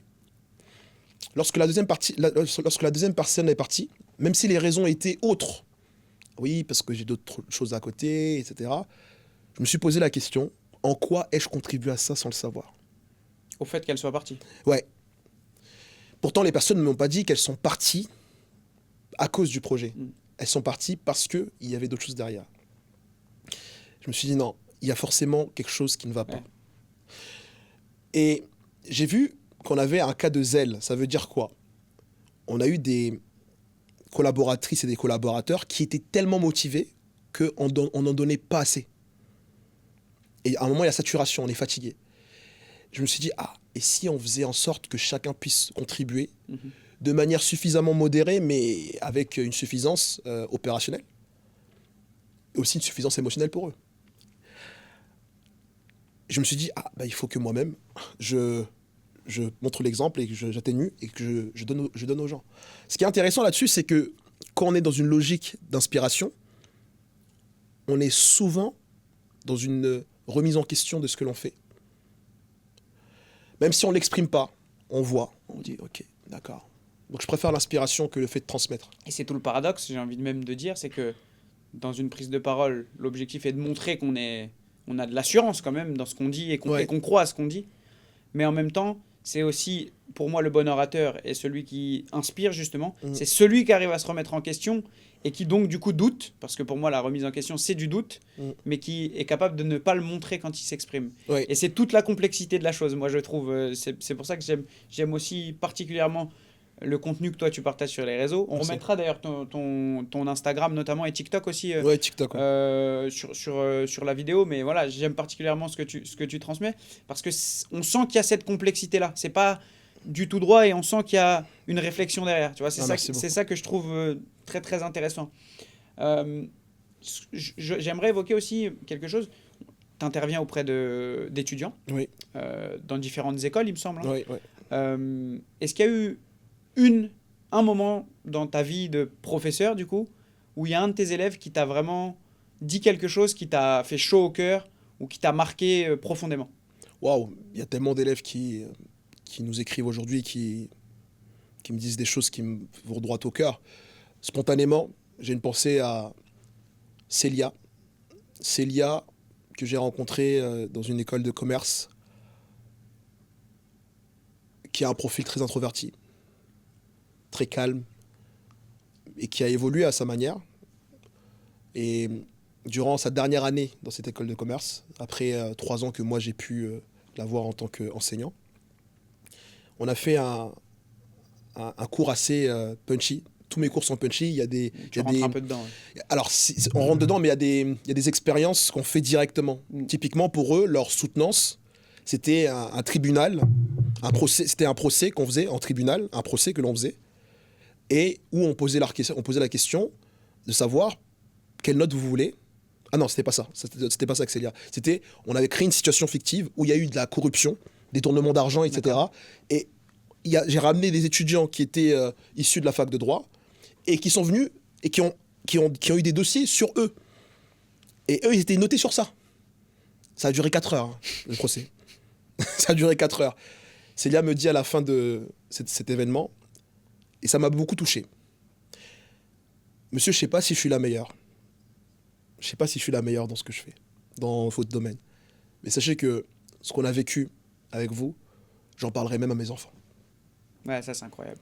J'ai une pensée à elle là, spontanément. Mais après, il y a beaucoup de paroles, mais bien ça m'avait marqué. Je me suis dit, waouh, c'est super. Et donc tu participes dans ce cadre-là aussi au processus Eloquentia, Oui. Je voulais évoquer ça avec toi. Il y a eu un film, on en avait parlé la dernière fois au téléphone, à voix haute. À voix haute, Si je dis oui. pas de bêtises, avec Bertrand Perrier, etc., que j'aimerais recevoir aussi également, qui fait partie des gens qui, moi, m'ont inspiré aussi, parce Super. que je le trouve, en même temps, il a l'air très timide, et puis il fait un métier qui est tout sauf pour les timides. Ouais. Et donc ça m'avait vraiment marqué. Et puis le film, il est vraiment touchant, parce que Prenant. c'est en ça que je comprends aussi ce que tu décris dans les exercices que tu fais avec tes élèves, c'est qu'on voit dans le film différents exercices qui vont un peu bousculer C'est ça. les élèves. Qui plus est, en plus, pour pas mal de banlieusards, parce que je crois que c'est à l'université de Saint-Denis, donc Ouais. moi, ça m'avait parlé à l'époque, parce qu'il y a cette pudeur des sentiments, il y a ce truc où on veut représenter quelque chose, donc on est très... on veut pas montrer qu'on a des émotions. Et donc, ça m'avait beaucoup, beaucoup touché, ce film-là. Toi, tu participes à ça à l'université d'Orléans, je crois. À l'université d'Orléans. Non, en gros, si tu veux, comment ça fonctionne? Eloquentia, aujourd'hui, a tellement grossi qu'il y a plusieurs antennes. D'accord. Il y a une quarantaine, voire maintenant cinquantaine d'antennes Ok. dans le monde. En France, il y a la grande majorité des antennes. Il y en a à Nanterre, à Saint-Denis, il y a aussi à Paris-Saclay, il y a des antennes qui se retrouvent Grenoble, Lyon, Limoges, Orléans. Et ces antennes-là sont parfois affiliées à des écoles ou non, mais sont des antennes qui restent indépendantes. Et je suis président d'Eloquentia à Orléans, D'accord. l'association d'Eloquentia à Orléans. Antenne parmi les antennes, et en même temps, je bouge aussi beaucoup parce que je contribue à ma manière. Toute l'équipe d'Eloquentia, je salue tout le monde, que ce soit Ilyes, Agathe, Alicia, et puis Stéphane Defreitas qui est Ouais. à la manette de Eh tout ben, ça. eh ben, c'est le réalisateur du film, je crois. Il est aussi, oui, il est aussi Ouais. réalisateur, Ouais. et c'est bravo pour ce qui a été fait, puisque ça a été réfléchi de manière éducative avant d'être des compétitions. Bien sûr. Donc au-delà des concours, il y a surtout Et on le sent. les interventions dans les écoles, etc. Une pédagogie qui est la pédagogie Eloquentia, qui comprend plusieurs aspects, la rhétorique classique, la mise en scène, le fait de travailler sur les aspirations professionnelles, etc. Et ce que moi j'ai appris à travers Eloquentia, c'est avant tout, lorsque on parle pour partager un message. On parle pas pour montrer qu'on sait parler. On parle pour partager un message. Il y a ce côté un peu McDonald's qui est « venez comme vous êtes ». Et avec votre personne, vous allez parler. Et c'est ça qui m'avait touché dans le film. C'est ça. Exactement.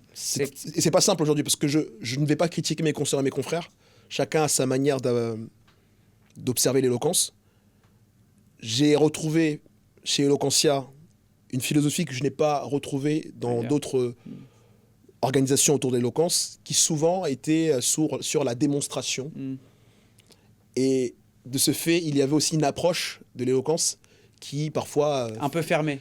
Était divergente. On va pas dire qu'elle était fermée, parce que ça s'ouvre quand même. Oui, oui. Mais par exemple, je vais donner des trucs techniques. Procéder par circonvolution. Je sais pas si tu vois ce que ça veut dire. Pose-moi une question. Peu importe la question. Peu importe la question. Oui. Tu t'appelles comment? Alors là, vous me demandez comment je m'appelle. Je pourrais vous répondre en vous disant que, tu vois, tout ce blabla là, à Eloquentia, on déteste ça. D'accord. On appelle ça des métadiscours. C'est les politiques. Parler pour parler. Oui. Ils réfléchissent en Alors même temps. peut-être on va dire oui, ce sont les politiques. Ça reste une compétence. Mais dans un concours d'éloquence à Eloquentia, ça, non, on ne fait pas ça. Mais dans d'autres concours, il faut savoir le jouer. Mesdames et messieurs, aujourd'hui, c'est l'opportunité pour que je vous montre que j'ai raison. Et nous, on appelle ça un métadiscours, dans le sens où il commente ce qu'il va dire. Il ne le dit pas directement.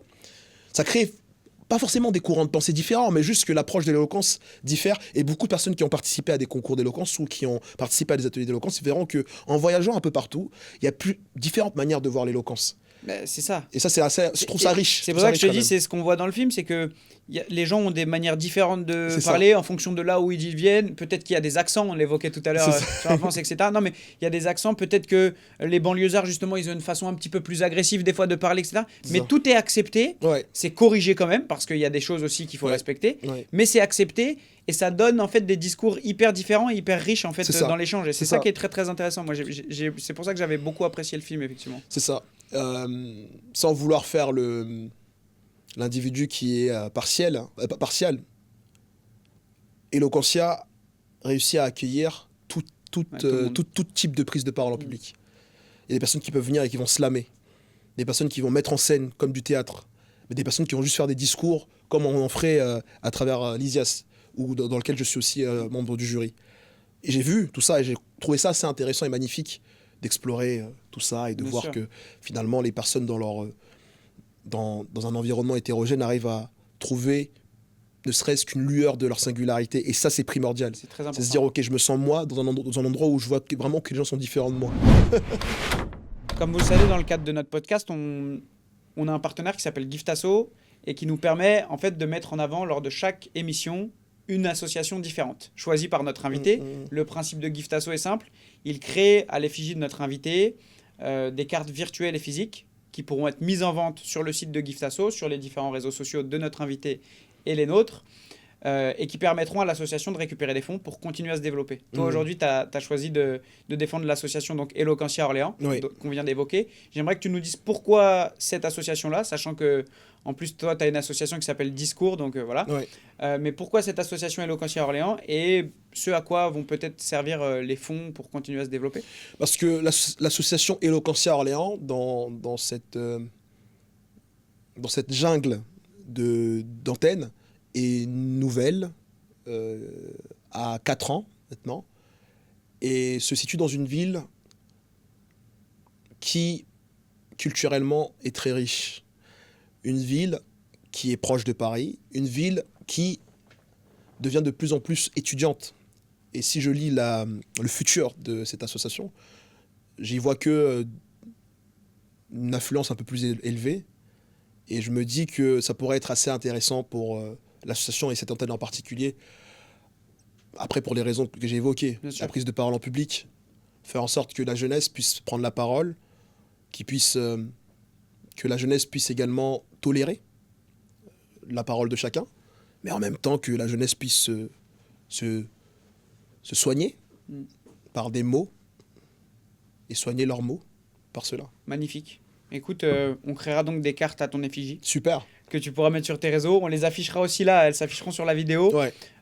On pourra les vendre, j'espère qu'on en vendra un maximum lors de chaque vidéo. D'ailleurs, je tenais à remercier un petit peu ceux qui regardent parce qu'on arrive à vendre des cartes, on arrive à faire avancer les associations qu'on défend. Top. Et il y a différentes causes en fait, comme on disait tout à l'heure, il y a rien de plus beau, de moins beau, etc.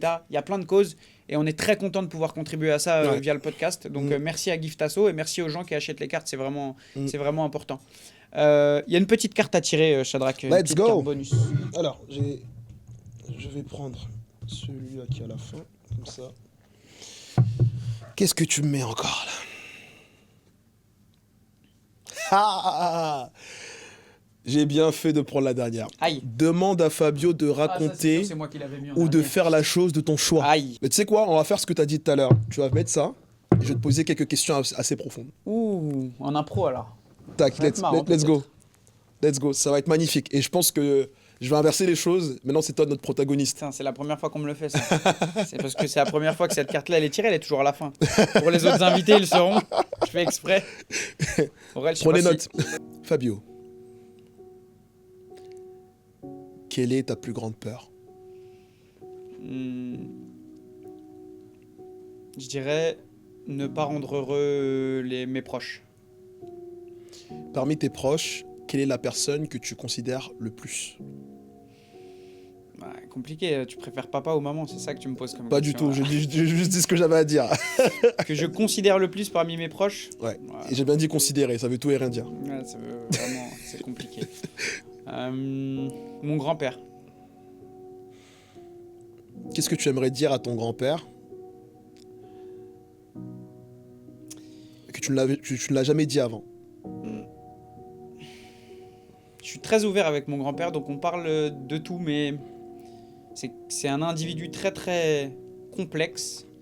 Et avant qu'il parte, ou en tout cas que je puisse plus lui poser ces questions-là, j'aimerais vraiment... Alors il n'y a pas de question précise, mais j'aimerais vraiment comprendre énormément de choix qu'il a pu faire dans sa vie par rapport à sa mentalité d'aujourd'hui. Quelle est ta plus grande honte? Ne pas être en forme physiquement. Pour quelle raison? Parce que j'ai été habitué, au vu de mon passé, mon petit passé de footeux, à tenir une forme physique irréprochable, ce qui n'est plus vraiment le cas dernièrement, donc Ouais. ça me fait bizarre. Développes-tu des complexes?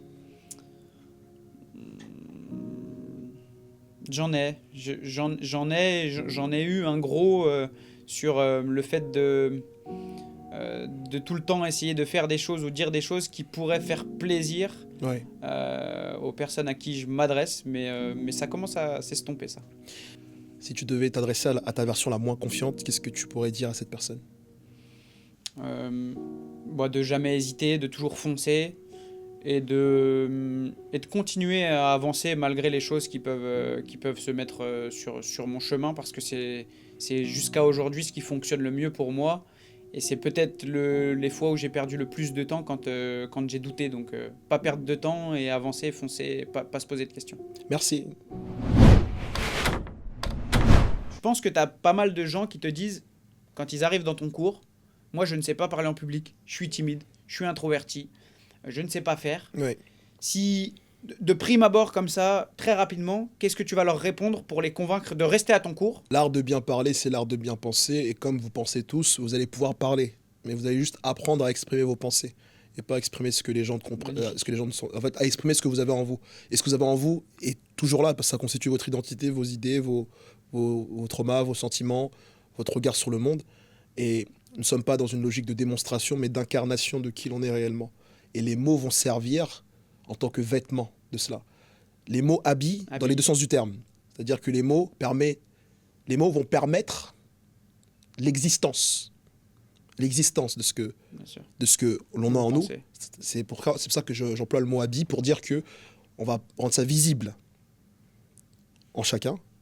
Mais les mots vont aussi camoufler certaines choses. C'est l'emballage. Donc c'est une forme d'emballage.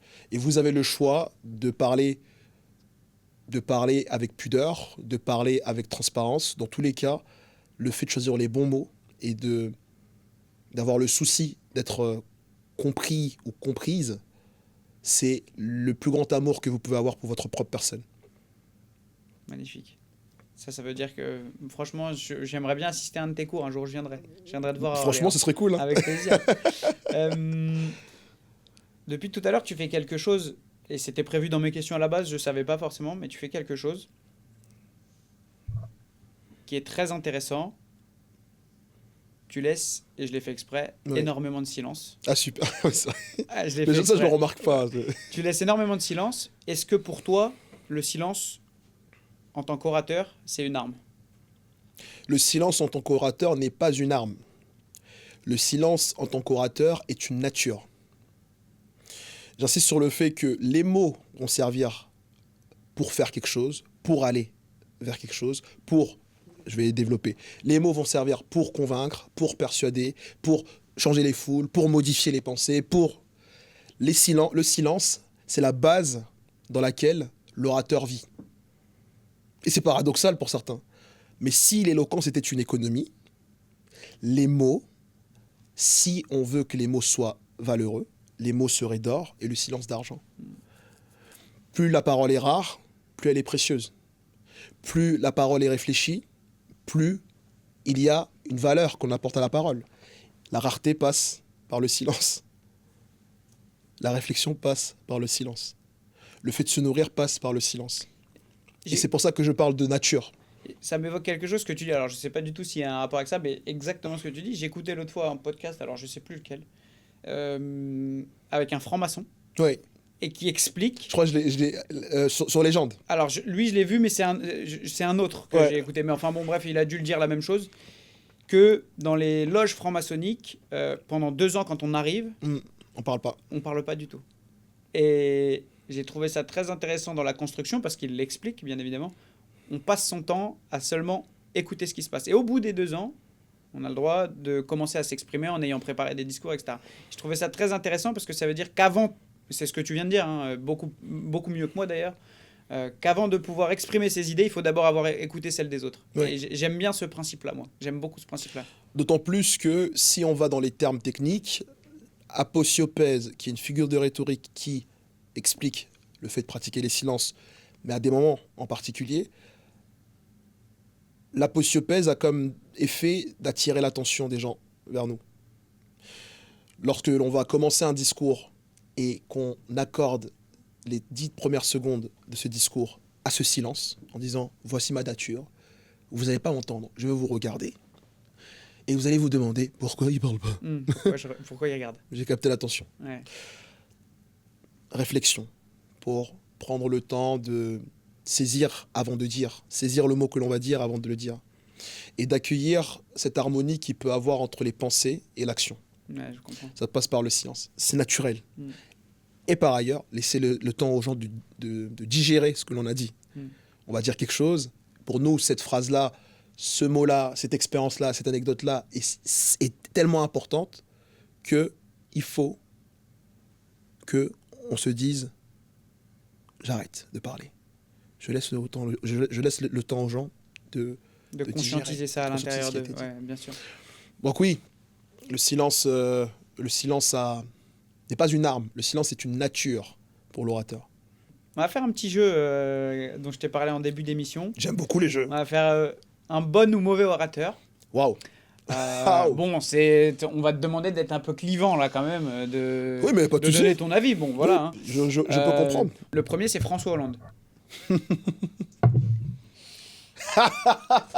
Ah, vous êtes mauvais les gars. Pourquoi vous faites ça? Non, t'as le droit de dire oui. Non. Non, François Hollande n'est pas un bon orateur. Et pour quelle raison? C'est là où je vais être peut-être cru, mais toutes les fois où il devait montrer du point ce qu'il avait en lui, il a montré tout l'opposé. François Hollande est plus dans la justification que dans la démonstration. C'est à l'instar du « moi, président », « moi, président », « moi, président ». En rhétorique, on appelle ça faire des anaphores.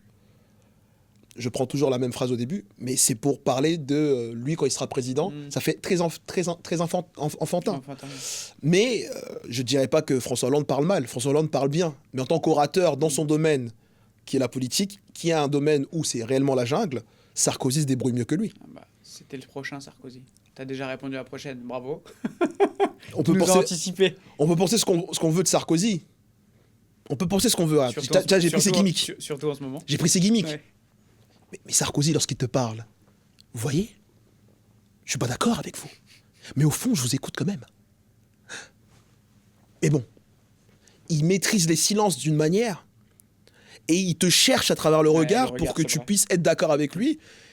Et ce qui est fort chez Sarkozy, qu'on le veuille ou non, c'est sa prosodie. La manière dont il ramène sa voix.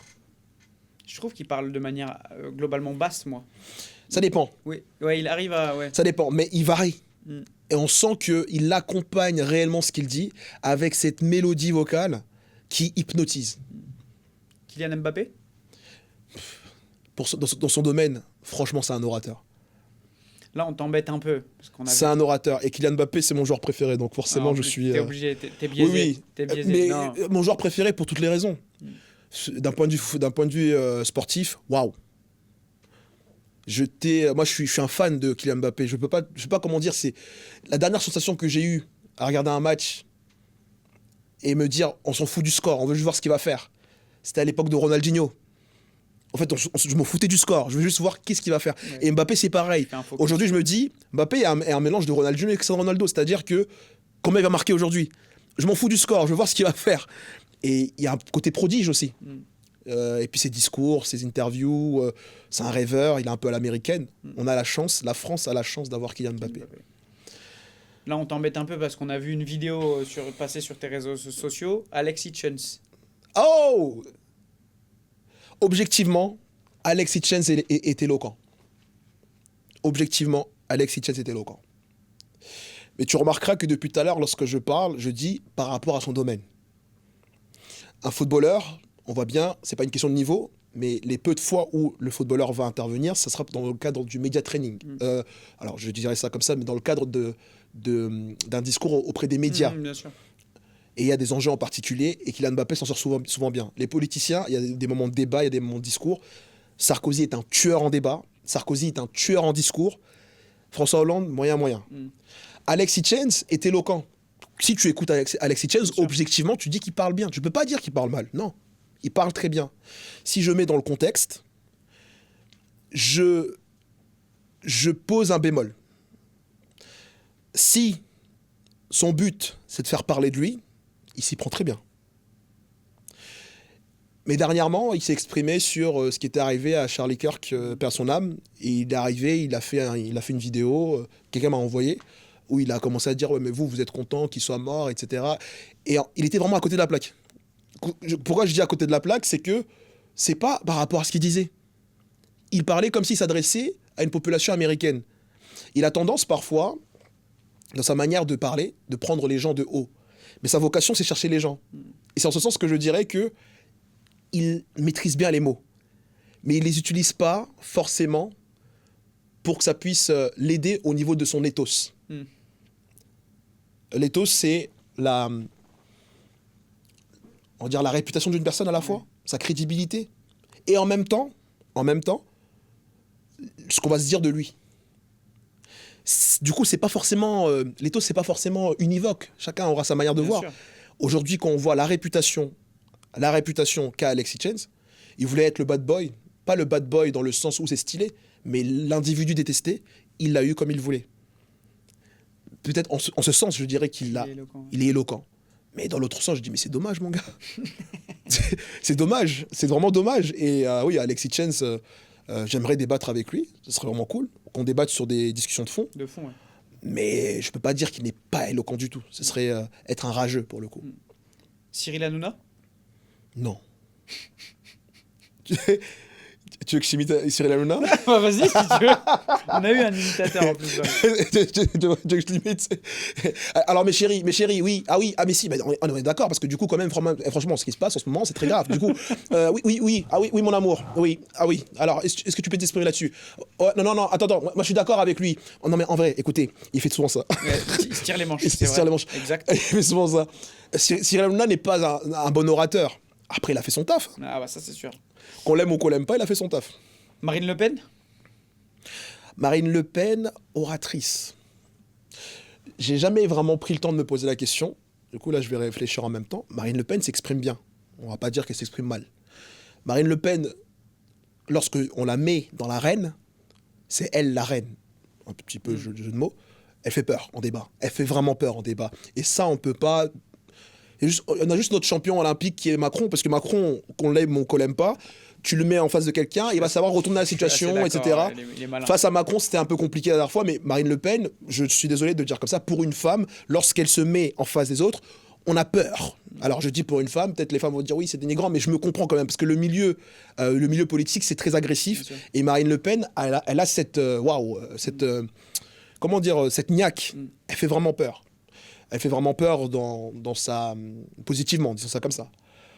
Oratrice, je sais pas trop. Ouais. Je suis assez partagé. Très bonne en débat, mais au niveau de l'aura... J'ai pas l'impression, peut-être que j'ai pas assez écouté le discours de Marine Le Pen. Tu vois, ça n'a pas le même niveau que Christiane Taubira. Christiane Taubira, pour moi, c'est l'une des meilleures oratrices de France de tous les temps. On a des classiques sur YouTube où elle répond aux gens. Tu te dis, mais comment elle s'y prend, celle-là? Ouais. Et c'est même pas une question d'opinion politique. Hein. Vraiment, quand je vois Christiane Taubira, elle a une manière de manier les mots, avec un aura, avec une diction. Waouh, extraordinaire. C'est en ce sens que je sais pas trop pour Marine Le Pen.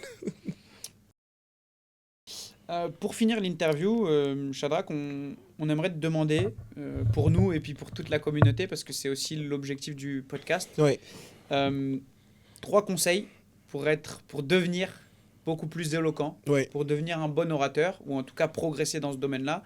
Est-ce que tu peux nous donner ces 3 conseils? L'écriture. Beaucoup écrire. Tu vas me dire, Shadrach, sur quoi? Écrire sur ce que tu penses. Je pense, peu importe, tu écris. Écrire quotidiennement. On va se donner un rythme. Écrivez, alors je m'adresse là à la caméra, écrivez une demi-page par jour sur ce que vous pensez et sur ce que vous ressentez. Faites cela durant 6 mois. Qu'est-ce qui va se passer? C'est que vous allez ressentir une conversation plus fluide avec votre pensée. Avec vous-même, oui. Parce que c'est la première étape. N'oubliez pas, parler, c'est d'abord bien penser. Ensuite, ces écrits-là, ou toutes les lectures que l'on peut avoir. Lire à voix haute. Pour faire une référence à Eloquentia, salut les gars. Lire à voix haute. Lire au moins une page par jour à voix haute. Peu importe ce que vous allez lire, à voix haute. Vous allez passer pour un fou, les gens vont vous dire oh, qu'est-ce qu'elle fait, qu'est-ce qu'il fait, c'est pas grave. C'est la meilleure manière de travailler à la fois cette extériorisation de ce que vous avez rédigé, l'extériorisation de la pensée, mais en même temps la voix, la diction, l'articulation. Et troisièmement, essayez de se dire, ce qui est très difficile, qu'à chaque prise de parole en public, je vais parler comme si c'était la dernière fois que j'allais le faire. Il y aura plusieurs opportunités pour se le dire. À partir de là, répétez l'action, répétez le processus. Car la répétition mène à la conviction mène à la maîtrise. Shadrach, merci beaucoup. Merci beaucoup. On va clôturer là-dessus. Franchement, super. C'était très enrichissant déjà pour moi. Ça fait plaisir. J'espère que ça le sera aussi pour les gens qui vont regarder et qui auront l'occasion de tomber même sur des extraits sur les réseaux sociaux et tout. Franchement, c'était top. C'est une très très belle rencontre en réalité Super. d'homme à homme, donc je suis très content. Et je te remercie encore une énième fois d'avoir participé au podcast. J'espère qu'on aura l'occasion peut-être même de recollaborer ensemble sur de différents projets et d'autres projets. Ouais. Mais voilà, je te remercie beaucoup. Merci à toi. Merci beaucoup. C'était vraiment un plaisir. Allez, salut.